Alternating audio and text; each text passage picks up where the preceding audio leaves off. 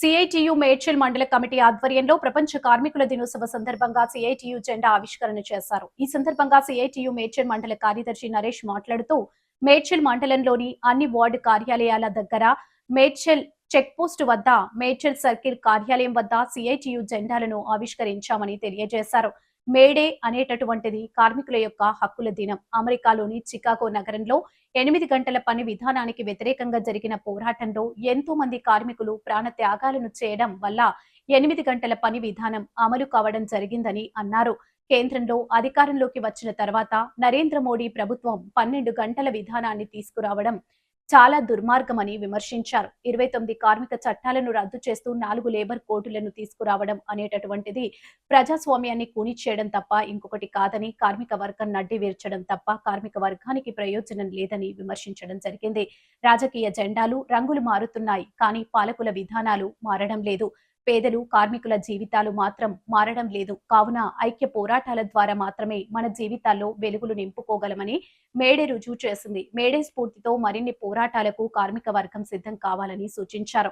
ఈ కార్యక్రమంలో సిఐటియు మేడ్చల్ మండల ఉపాధ్యక్షులు నరసింహరావు, రమేష్, మండల నాయకుల కొమరయ్య, భాగ్యలక్ష్మి, రజని, ప్రేమలత, కృష్ణ, శ్రీను, రూప, మల్లేష్, దేవమ్మ, తస్లీం బేగం, యాదగిరి, ఇస్తార్ బేగం, నరసింహ, వెంకటేష్ తదితరులు పాల్గొన్నారు.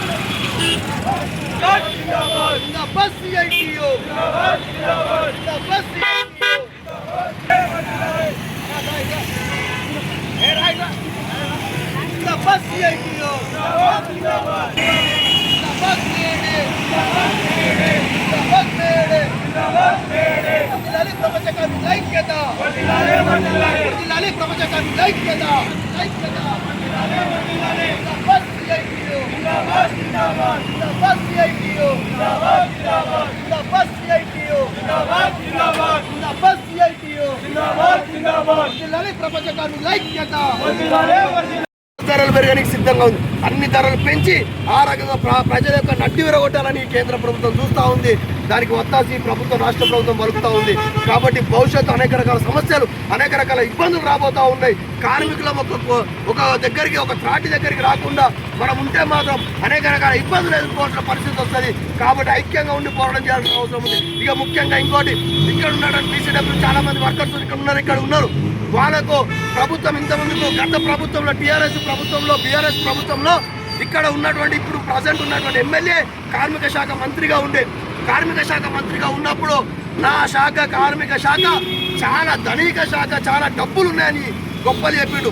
కానీ ఆ డబ్బులతోని ఏ ఒక్క అభివృద్ధి చేయలే. భవన నిర్మాణ కార్మికుల యొక్క అభివృద్ధి చేయలే. కొత్త పథకాలు తీసుకురాలే. ఉన్న పథకాలకు తుంగనామం పెట్టిరు తప్ప కొత్త పథకాలు తీసుకురాలే. కాబట్టి భవన నిర్మాణ కార్మికులకి భవిష్యత్తులో చాలా రకాల ఇబ్బందులు ఎదురవుతూ ఉన్నాయి. యూనియన్లు లేకపోతే కార్మికులకు ఇబ్బంది జరుగుతూ ఉంది. అదే కాదు, యూనియన్ ఉన్నా కానీ ఆ యూనియన్ మెంబర్ లేకపోతే రేపు ఒక సమస్య వచ్చినట్టు యూనియన్ నాయకుడుగా ఉండి గిట్ట మాట్లాడానికి అవకాశం లేకుండా పోతుంది. ఈ లేబర్ కోడ్లో ఉన్నటువంటి పరిస్థితి అది మీ అందరికీ అర్థం అవ్వట్లేదు. చాలా తీవ్రమైన సమస్యలు వస్తూ ఉన్నాయి ఈ లేబర్ కోడ్ల వల్ల. ఒక కార్మికుడు కంపల్సరీ యూనియన్లో మెంబర్షిప్ తీసుకోకపోతే కంపల్సరీ ఆ కార్మికుడికి సమస్య వచ్చినప్పుడు యూనియన్ నాయకులకు మాట్లాడే రైటు ఈ లేబర్ కోడ్ ఇవ్వలేదు. ఎందుకంటే మీరు మెంబర్షిప్ తీసుకున్న తర్వాత మీ పేరు మీరు ఎంత మెంబర్షిప్ అంటే యూనియన్ అనేటువంటిది లేబర్ ఆఫీస్లో జమ అవుతుంది. అప్పుడు లేబర్ ఆఫీస్లో జమ అయినప్పుడు మీకు సమస్య వచ్చినప్పుడు లేబర్ ఆఫీసర్ని మనం పిలిపియాలన్నా మనం ఫైట్ చేయాలన్నా యూనియన్ నాయకులకు పట్టుండాలంటే మీరు తీసుకునే మెంబర్షిప్ సంవత్సరానికి 100 రూపాయల మెంబర్షిప్. కాబట్టి ఈ 100 రూపాయల సంవత్సరం తీసుకునే దాని గురించి మీరు వెనుకడుగు చేస్తే భవిష్యత్తులో జరగబోయే పరిణామాలు తీవ్రంగా ఉన్నాయి. మనం దాన్ని తట్టుకోలేకపోతాం. కాబట్టి యూనియన్లో మన సభ్యులు కంపల్సరీ ఉండాలి, లేనటువంటి జమ చేయాలి, కంపల్సరీ ఒక త్రాటి మీకు రావాలని చెప్పి తెలియజేస్తూ భవిష్యత్తు అనేక రకాల పోరాటాలు జరగబోతా ఉన్నాయి. లేబర్ కోడ్ల వ్యతిరేకంగా ఈ కేంద్ర ప్రభుత్వానికి వ్యతిరేకంగా రాష్ట్ర ప్రభుత్వానికి వ్యతిరేకంగా అనేక రకాల పోరాటాలు జరగబోతా ఉన్నాయి. కాబట్టి ఆ పోరాటాల్లో మీరందరూ భాగస్వాములు కావాలని మరోసారి తెలియజేస్తూ ఇక్కడికి ఇంత ఓపికతోని ఇంతసేపు ఉన్నటువంటి ర్యాలీలో పాల్గొన్నటువంటి ప్రతి ఒక్క కార్మికులకు ప్రతి ఒక్కరికి అందరికీ పేరు పేరున ధన్యవాదాలు తెలియజేస్తూ నాకు ఈ అవకాశం ఇచ్చిన మీ అందరికీ ధన్యవాదాలు. Thank you. Naresh, CITU Medchal మండల కార్యదర్శి. ఈరోజు ప్రపంచ కార్మిక దినోత్సవం సందర్భంగా సిఐటియు మధ్యాహ్న భోజన కార్మికుల ఆధ్వర్యంలో ఈరోజు మండలాఫీస్ దగ్గర సిఐటియు జెండా ఆవిష్కరణ చేయడం అనేటువంటిది జరిగింది. ప్రధానంగా మేడే అనగానే మనకు గుర్తుకొచ్చేటువంటిది 10 గంటల పని విధానం. ఒకప్పుడు అమెరికాలోని చికాగో నగరంలో అసలు కుటుంబాలని చూడలేనటువంటి పరిస్థితుల్లో పనులు చేస్తున్న సందర్భంలో 10 గంటల విధానం రావాలని చెప్పేసి ఎంతో మంది కార్మికులు ప్రాణ త్యాగాలను బలి చేస్తే ఆ సందర్భంలో ఆ పోరాటంలో వచ్చినటువంటిది 10 గంటల విధానం, 8 గంటల పని విధానం. ఇప్పుడున్నటువంటి పరిస్థితుల్లో ఆ 8 గంటల పని విధానాన్ని తీసేస్తూ కేంద్ర ప్రభుత్వం, నరేంద్ర మోడీ గారి ప్రభుత్వం కార్మిక చట్టాలను 29 చట్టాలను రద్దు చేస్తూ 4 లేబర్ కోడ్లను తీసుకురావడం అనేటువంటి జరిగింది. ఈ 4 లేబర్ కోడ్లు అనేటువంటి చాలా దుర్మార్గం. ఎందుకోసం అంటే ప్రపంచవ్యాప్తంగా జరిగినటువంటి చికాగో పోరాటం ఏదైతే ఉందో ప్రపంచానికి దిక్సూచిని సూచించినటువంటిది ఇప్పుడు మళ్ళీ 10 గంటల విధానం కోసం పోరాటం చేయాల్సినటువంటి పరిస్థితులను ఈ నరేంద్ర మోడీ ప్రభుత్వం తీసుకొచ్చి అని చెప్పేసి మేము తెలియజేస్తా ఉన్నాం. ఇప్పుడు మళ్ళీ 12 గంటల పని విధానం తీసుకురావడం వల్ల చాలా మంది ఇబ్బంది పడేటువంటి అవకాశాలు ఎదురవుతా ఉన్నాయి. దానివల్ల కార్మికులు సఫర్ అవుతా ఉన్నారు. కాబట్టి 8 గంటల విధానాన్ని ఇంప్లిమెంటేషన్ చేయాలని చెప్పేసి మేము సిఐటియు డిమాండ్ చేస్తా ఉన్నాం. అదే కాదు, ఇప్పుడు పెరుగుతున్న నిత్యావసర సరుకుల ధరలకు అనుగుణంగా కార్మికుల జీతాలను పెంచాలని చెప్పేసి మేము డిమాండ్ చేస్తా ఉన్నాం. కనీస వేతనము 20,000 రూపాయలను ఇవ్వాలని చెప్పేసి మేము డిమాండ్ చేస్తా ఉన్నాం. దీంతో పాటు 29 కార్మిక చట్టాలు ఏదైతే కేంద్ర ప్రభుత్వం రద్దు చేసిందో మళ్ళీ అదే కార్మిక చట్టాలను అమలు చేయాలని చెప్పేసి మేము ఈ ప్రభుత్వాన్ని డిమాండ్ చేస్తా ఉన్నాం. భవిష్యత్తులో కార్మిక వర్గం మీద అనేక రకాల పెనుభారాలను మోపేటువంటి ప్రయత్నం చేస్తా ఉంది కేంద్ర రాష్ట్ర ప్రభుత్వాలు. గత ప్రభుత్వం ఆయంలో ఇక్కడ ఉన్నటువంటి స్థానిక ఎమ్మెల్యే మల్లారెడ్డి గారు కార్మిక శాఖ మంత్రిగా ఉండే. కార్మిక శాఖ మంత్రిగా ఉన్నప్పుడు నా కార్మిక శాఖ చాలా ధనిక శాఖ, చాలా డబ్బులున్న శాఖ అని చెప్పినటువంటి పరిస్థితి ఉంది. అలాంటి కార్మిక శాఖలో ఉన్నటువంటి అనేక మందికి ఇబ్బందులు ఇప్పుడు ఎదురవుతా ఉన్నాయి. గత ప్రభుత్వంలో ఎదురయ్యాయి, ఇప్పుడు ఎదురవుతా ఉన్నాయి. ఇప్పుడు ప్రధానంగా బీసీడబ్ల్యూ కార్మికులకు అనేక రకాల సమస్యలు వస్తూ ఉన్నాయి. వాళ్ళకి అడ్డాలు లేనటువంటి పరిస్థితి ఉంది. అడ్డాలను ఏర్పాటు చేయాల్సిన పరిస్థితి ఈ ప్రభుత్వం మీద ఉంది. ఎందుకంటే లేబర్ కార్డు ఇవ్వడం కోసం ప్రభుత్వం ఒక కార్డుని ఇస్తా ఉంది. లేబర్ కార్డుని, ఆ కార్డుని ప్రభుత్వంకి తీసుకున్నటువంటి ఇక్కడ లేబర్ కార్డ్స్ తీసుకున్నటువంటి వాళ్ళు ప్రభుత్వాన్ని డబ్బులు చెల్లించి తీసుకుంటా ఉన్నారు. కాబట్టి ఆ సందర్భంలో వాళ్ళకి లేబర్ కార్డులు ఇచ్చినప్పుడు వాళ్ళకి అడ్డాగిటని ఏర్పాటు చేయాల్సిన బాధ్యత ఈ ప్రభుత్వానికి. కాబట్టి ఈ రాష్ట్ర ప్రభుత్వం గిట బాధ్యత తీసుకోవాలి, లేబర్కి అడ్డాను చూపించాలి అనేటువంటిది మేము సిఐటిగా డిమాండ్ చేస్తా ఉన్నాం. మధ్యాహ్న భోజన కార్మికులకు కనీస వేతనం ఈ రాష్ట్ర ప్రభుత్వం గత ఎన్నికల మేనిఫెస్టోలో వీళ్ళకు 10,000 ఇస్తామని చెప్పేసి జీతం ఇస్తామని చెప్పి చెప్పడం అనేది జరిగింది. ఇప్పటికీ 2,000 రూపాయలు రాష్ట్ర ప్రభుత్వం, 1,000 రూపాయలు కేంద్ర ప్రభుత్వం ఇస్తున్న పరిస్థితి. 3,000 జీతం ఇస్తే కార్మికులు నెలంతా కుటుంబాన్ని ఏ విధంగా పోషించుకుంటారు అని చెప్పేసి మేము అడుగుతా ఉన్నాం.